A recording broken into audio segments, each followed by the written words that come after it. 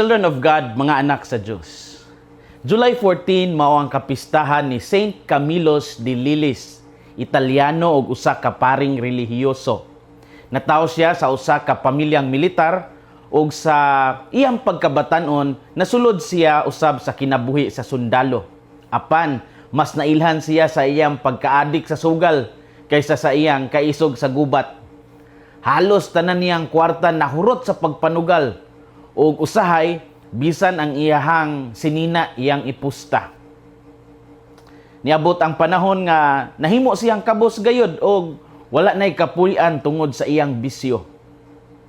Gawas sa iyang pagkaadik sa sugal, dugay usab siyang nagsakit sa samad sa iyang tiil nga wala gyud mamaayo. Usa ka adlaw, samtang nagtrabaho siya sa usa ka kumbento sa mga Capuchins, isip ordinaryo nga trabahante, nadungog niya ang usa ka wali nga misangpot sa dakong kausaban sa iyang kinabuhi. Ngiga no?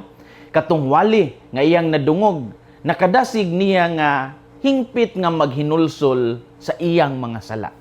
Ug imbis nga mobalik sa iyang daan nga mga bisyo, gipili niya ang pag-alagad sa mga masakiton nga adunay dakong gugma ug kaluoy. To cut the story short, nahimo siyang pari ug nagtukod siya og usa ka kongregasyon nga nag-atiman sa mga masakiton bisan pa sa panahon sa mga epidemya. Ang kinabuhi ni Saint Camillus de Lilis nagpamatuod nga walay tao nga hilabilhan kalayo nga dili na mabag-o sa grasya sa Dios. Mausab kini ang mensahe sa ebanghelyo karong adlaw. Gihatagan sa Ginoo ang daghang mga lungsod ug dagkong kahigayunan. Daghang kahigayunan sa paghinulsol apan wala nila kini tagda. Ang milagro wala nakausab sa ilang kasing-kasing tungod kay nagpadayon man sila sa ilang pagkagahig ulo ug pagka mapahitason. Unsay makutlo nato karong adlaw? Unang punto, ang grasya sa Dios adunay tuyo nga magdala kanato sa paghinulsol. Sa ebanghelyo, gibadlong ni Jesus ang Corazin, Bethsaida ug Capernaum tungod kay bisan daghan na silang nakita nga mga milagro, wala gihapon sila nagbag-o. Dili ang kakulang sa ebidensya ang ilang problema kundi ang kakulang sa pagpaubos. Mas dako ang kahayag nga ilang nadawat, apan mas nipasulabi man hinuon ang ilang kamapahitason. Ang milagro di ay nga atong masinati, dili garantiya sa kausaban kung ang kasing-kasing dili paanda maminaw ug magpaubos. Si Jesus mismo nagkanayon, "Woe to you, Corazin! Woe to you, Bethsaida." Matthew 11:21. Sa binisaya nga hubad, alaot kamo Corazin, alaot kamo Bethsaida. Ang pulong nga alaot, dili tunglo kon dili pahimangno, nga adunay seryoso nga sangputanan ang pagdumili sa grasya. Gipakita ni Jesus ang kasubo sa usa ka amahan nga nakakita sa iyang mga anak nga nagpadayon sa sayop bisan daghan na silang kahigayunan nga mobalik. Mao niyang nahitabo kang Saint Camillus de Lilis. Sa wala pa siya mobalik sa Dios, dugay na siyang gigukod sa grasya pinaagi sa mga kasinatian sa iyang kinabuhi. Daghan na untag signs ba nga pabalikon siya sa sabakan sa Ginoo, pero lagi naapod tay pride og naapod usahay, abi pod natog makasasala na lang jud ta kayo nga dili na ta pasayloon sa Ginoo. Apan timan ang Dios mao ang unang muhikap sa atong kasing-kasing. Kita usab daghan na og grasya nga nadawat. Nakadungog kita sa pulong sa Dios. Nakadawat kita sa mga sakramento. Nakakita ta og nakadawat og daghang mga blessings og mga pagtubag sa atong mga pag-ampo. Ang pangutana mao kung aduna ba kini nahimong kausaban sa atong kinabuhi o nahimo na lang kini nga ordinaryong kasinatian nga atong gibaliwala. Ang grasya sa Dios adunay tuyo nga magdala kanato sa paghinulsol. Ikaduhang punto, ang pasensya sa Dios adunay utlanan alang sa tao nga magpadayon sa pagsalikway kaniya. Dili pasabot nga ang Dios dali masuko.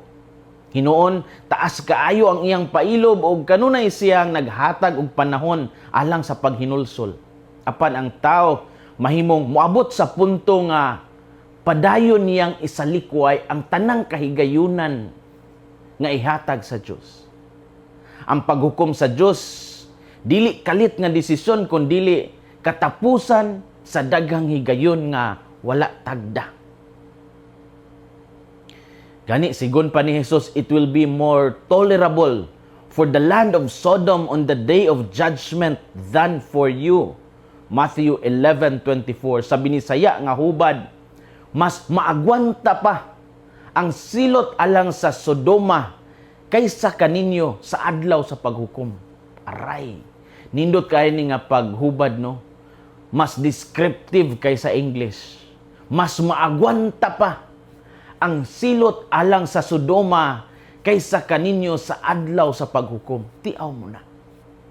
Bugat ni nga mga pulong apan, nagpakita kini nga ang mas daghang grasya nga nadawat, nagpasabot usab og mas dakong responsibilidad. Ang Dios makiangayon sa iyang paghukom tungod kay wala siya nagkulang sa paghatag og kahigayunan. Mao nga ang tao dili angay nga magpasagad sa Dios nung pailob. Ang matag adlaw usa ka imbitasyon nga kita magbag-os kasing-kasing. Walay kasiguraduhan nga ang ugma moabot pa nato. Bisan urumon ta karong gabi eh. Ayaw hulata nga adunay dakong trahedya una kita mamalik sa Dios. Ayaw isalig ang tanan sa kanaganing ulahing higayon sa atong kinabuhi. Ayaw paabot sa last 2 minutes kay basin anang higayuna, tulog ka kay giurom ka. Ang pinakamaayong panahon sa paghinulsol mao ang present, today, karon. Ang pasensya sa Dios adunay utlanan alang sa tawo nga magpadayon sa pagsalikway kaniya. Story time. Kung nakaadto mo sa Italy, bisitahan ninyo ang syudad sa Pompey, P-O-M-P-E-I-I, Pompey. Ang syudad sa Pompey, usa sa mga progressive cities sa panahon sa karaang Roman Empire. Daghan ang dato o nalingaw sa ilang komportable nga kinabuhi nining sudara. Pinuy-anan kini sa gibana-bana mga 10,000 ngadto sa 15,000 ka mga residents og sophisticated kayo ang kinabuhi dinhing dapita sa Roman Empire.